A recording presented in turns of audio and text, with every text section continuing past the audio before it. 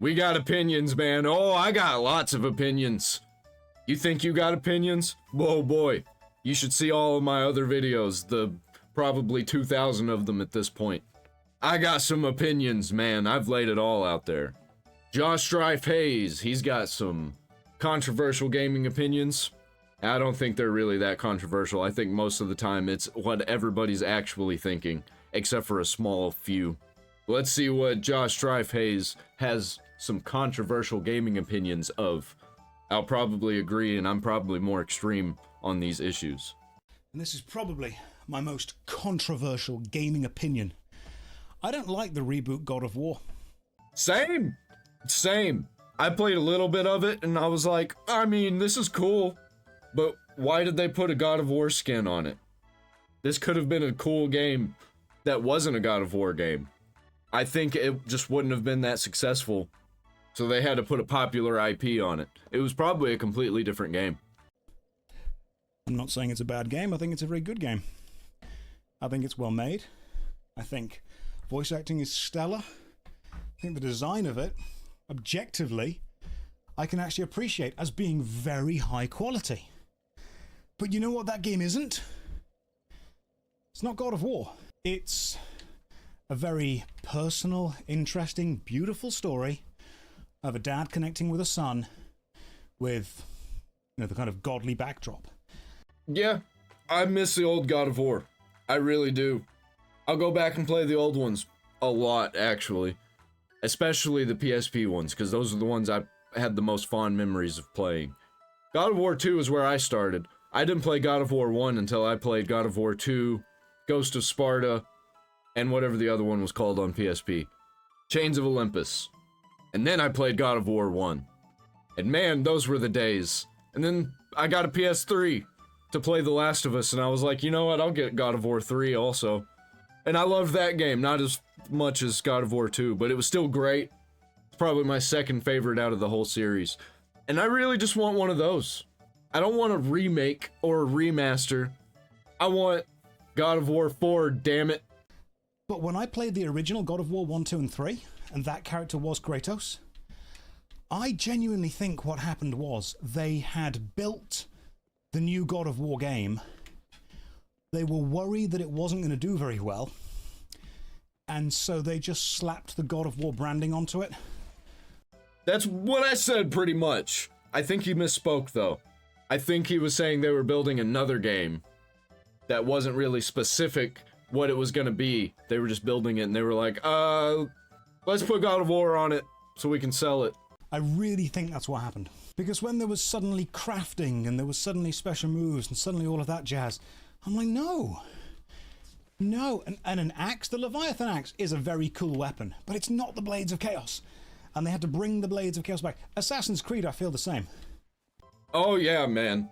Oh, don't even get me started on Assassin's Creed. The last Assassin's Creed I played was Assassin's Creed 4 Black Flag, when it came out. I played every Assassin's Creed up to that point. Assassin's Creed 3 wasn't so great. It's probably my least favorite out of the whole original series. Brotherhood, Assassin's Creed 2, that's my shit. Those were the best ones, in my opinion. I kind of liked Revelations. There was some weird stuff in it. The graphics were kind of weird and blue.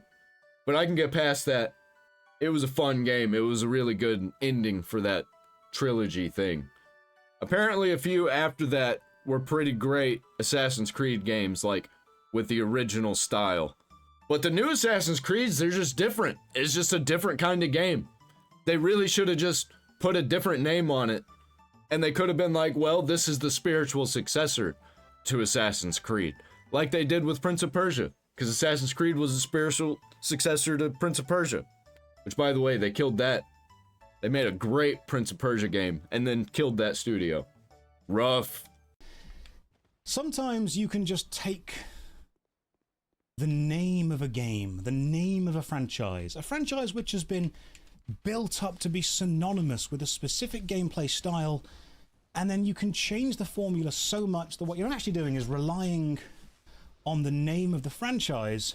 Halo TV series, Lord of the Rings, Rings of Power, naming a few things that are just outside the gaming realm that are like this. to carry the risk you've taken with the style. It's why I'm also not a big fan of Breath of the Wild. It's...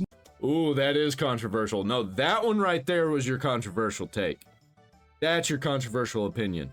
I think Breath of the Wild is a great Zelda game, actually. It reminds me a lot of Ocarina of Time, Twilight Princess, that kind of Zelda, but like times 10. I could do without all the crafting stuff.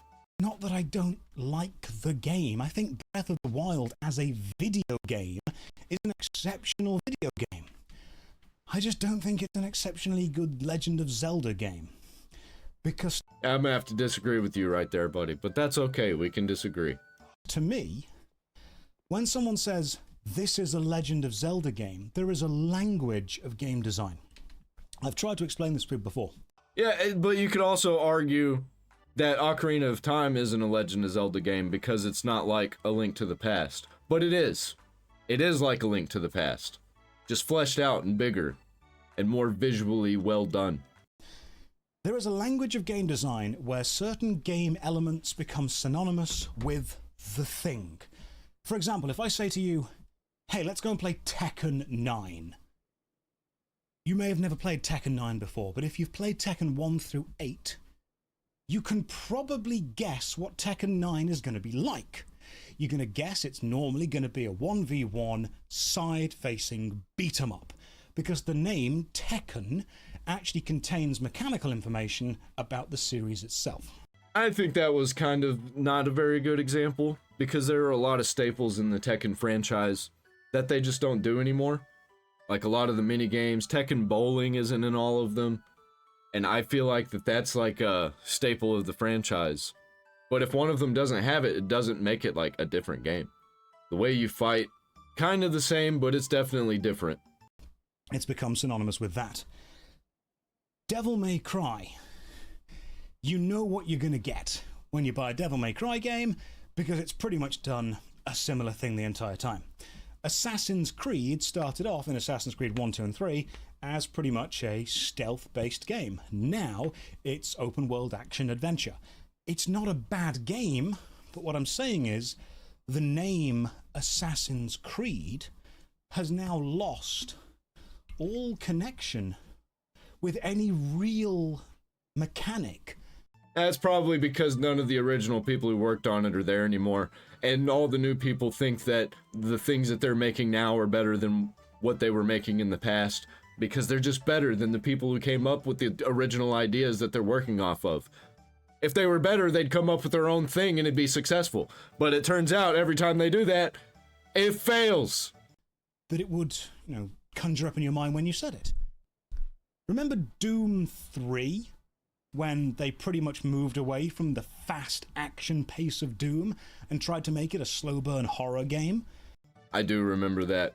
I was but a child, but I do remember that because when I was a little kid, I was playing Doom. I loved Doom. Doom 1 and Doom 2. And then Doom 3, it was different. I didn't like playing it. It was like dark and moody and scary. And then suddenly they did the reboot of Doom, Doom 2016, which was brilliant. Fast-paced, super glorious, super gory, action kills everywhere. You say Doom, you know what you're gonna get. That's what we all liked. So the reason we get onto this is because when someone says to me, hey, there's a new God of War game coming out, I pictured it being like God of War 1, 2, and 3. It was not. And there's got this Chains of Olympus, but we're not going to worry about that. And when someone says, oh, there's a new Assassin's Creed game coming out, I don't know what it means anymore. There's a new Legend of Zelda game. It's not going to be Ocarina of Time, Majora's Mask. It's not going to be the Spirit Tracks. It's not going to be Oracle of Ages or Seasons, two of my favourite Game Boy games.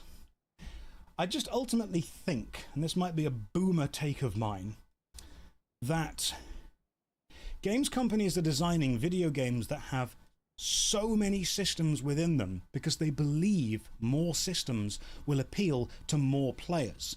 True. And they think also that all these systems are things that people either might do or might not do. So they leave in all these random systems that they don't tell you about are there, and you miss out on a lot of things. Makes things complicated. And also they think that people will get into all the systems, and that increases playtime and likelihood that they're going to recommend the game to others, or they're going to buy it again, or, do that whole gaming cycle that they want you to get in, where you just buy. They don't realize that actually, when you have every system in a game, it appeals to fewer people because it doesn't hyperfixate on a niche that you want to capture.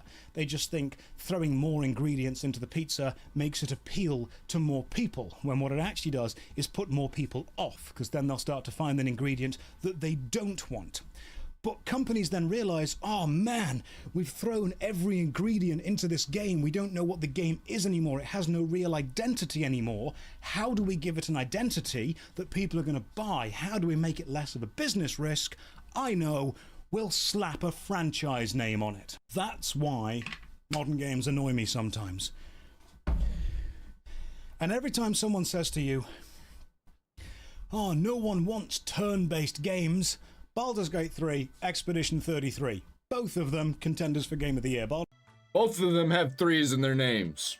Baldur's Gate 3 won it, Expedition 33 probably should. Turn-based, tactical, Final Fantasy style game. Absolutely banging game. Brilliant game. It just irritates me. I think gaming got too big, got too corporate. Too many suits are involved thinking they can make as much money as possible who don't actually play games. And even if they do play games, it's like maybe once a year, one game. Maybe they'll play their game or a game that they always play forever, like WoW. And all they've got on their minds the whole time is money, money, money, money. It irritates me that game designers want to design the best games they can. This is not game designers' fault. This is business's fault. This is super. Well, you can't take all the blame away from the game designers. Because there's a lot of them at these studios that are just trash. Probably not all of them, but you can't just 100% take it away, because look at Avowed, look at Dragon Age the Veilguard, look at Halo Studios 343, whatever you want to call it. Faults, executives' faults. They see video games making a ton of money, and they think, well, we've got to have crafting. Well, we've got to have this, we've got to have that, we've got to have the other, we've got to have everything. They put everything in, and you end up, as someone said in the chat, mixing every single colour together and making brown. It just makes greige. That's what it is. That's why, again, this all comes back to Tomb Raider. When I bought, it was either Shadow of the Tomb Raider or Rise of the Tomb Raider or something of the Tomb Raider, and the first part of the game was a tutorial on stealth, on hunting, on crafting, on creation and collection, and I just thought, when I buy a Tomb Raider game, what I want is a game where I raid tombs and do. What you want is Uncharted. That's what you want. You want Uncharted but a woman. You want Uncharted but Lara Croft. Jumping puzzles. That's pretty much it. It's the jumping puzzles. But no, the jumping puzzles, they weren't really there anymore. The slop, you know what, in old school. You almost got it. Almost got like a Tomb Raider Uncharted-like game. But they were like, you know what?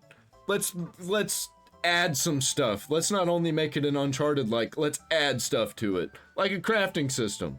RuneScape terms, perfect. The slop of compromise. That is an item in, I want to say, it's the not cook's assistant, it's the following on from that, Recipe for Disaster, isn't it? Where you're trying to make the goblins agree on what to eat and you just mix everything together. That was the one. I mostly agree with his takes. I don't agree with the whole Legend of Zelda thing, because that's a series where they make changes a lot. They make a lot of changes a lot. And pretty much every Zelda game is completely different than the last one, with some things borrowed from the last one, or previous titles. Look at, what is it, A Link Between Worlds? It was still a Zelda game, but they tried some crazy new mechanics in that one, where you, like, blend in with the wall because you're a painting or some shit. I don't remember. It's been years and years since I played that game. But yeah, game companies, they're just like, well, we built this thing, and we need to make money off of it. Let's slap an old IP on it. Duke Nukem Forever! Let's go! Buy a t-shirt down there in the description from the Spread Shop thing. I'm out!